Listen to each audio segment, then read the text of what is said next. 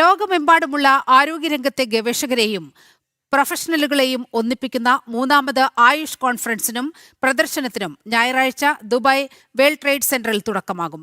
ഫെബ്രുവരി 15 മുതൽ 17 വരെയാണ് ആയുർവേദം, യോഗ, പ്രകൃതി ചികിത്സ, സിദ്ധ തുടങ്ങിയവയുടെ സവിശേഷതകളെ ലോകജനതയ്ക്ക് പരിചയപ്പെടുത്തുന്ന വിപുലമായ സമ്മേളനം. കേന്ദ്ര ആയുഷ് മന്ത്രാലയത്തിന്റെയും ദുബായ് ഇന്ത്യൻ കോൺസുലേറ്റിന്റെയും രക്ഷാകർതൃത്വത്തിൽ സയൻസ് ഇന്ത്യ ഫോറവും വേൾഡ് ആയുർവേദ ഫൗണ്ടേഷൻ ചേർന്നാണ് മൂന്നാമത് അന്താരാഷ്ട്ര ആയുഷ് കോൺഫറൻസ് ആൻഡ് എക്സിബിഷൻ സംഘടിപ്പിക്കുന്നത്. Evidence based Ayush interventions in mind and body health എന്ന പ്രമേയത്തിലാണ് പരിപാടി. 35ലേറെ രാജ്യങ്ങളിൽ നിന്നുള്ള 1500ലേറെ ആയുഷ് പ്രതിനിധികൾ സമ്മേളനത്തിൽ പങ്കെടുക്കും. 31 അന്താരാഷ്ട്ര പ്രഭാഷകർ സമ്മേളനത്തെ അഭിസംബോധന ചെയ്യും.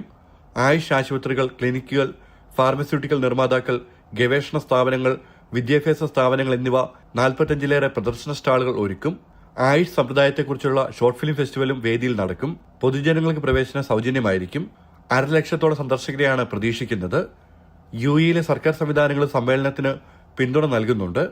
As you know, the third international Ayush conference and exhibition, it will be a tremendous exhibition, and we as UAE Sport for All Federation, Ministry of Sport, UAE Yoga Committee, we are supporting the healthcare and the, Ayurveda practices in India, and we're also looking for more research paper where can we adapt it here in UAE.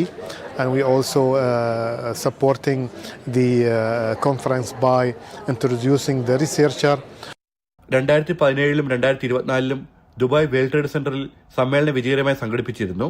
Ayush ഗവേഷണം, വിദ്യാഭ്യാസം, green medicine എന്നീ മേഖലകളിൽ ഭാരതവും യുഎഇയും തമ്മിലുള്ള സഹകരണത്തിന്റെ സാധ്യതകൾ ഉൾപ്പെടെ സമ്മേളനത്തിൽ പരിശോധിക്കും.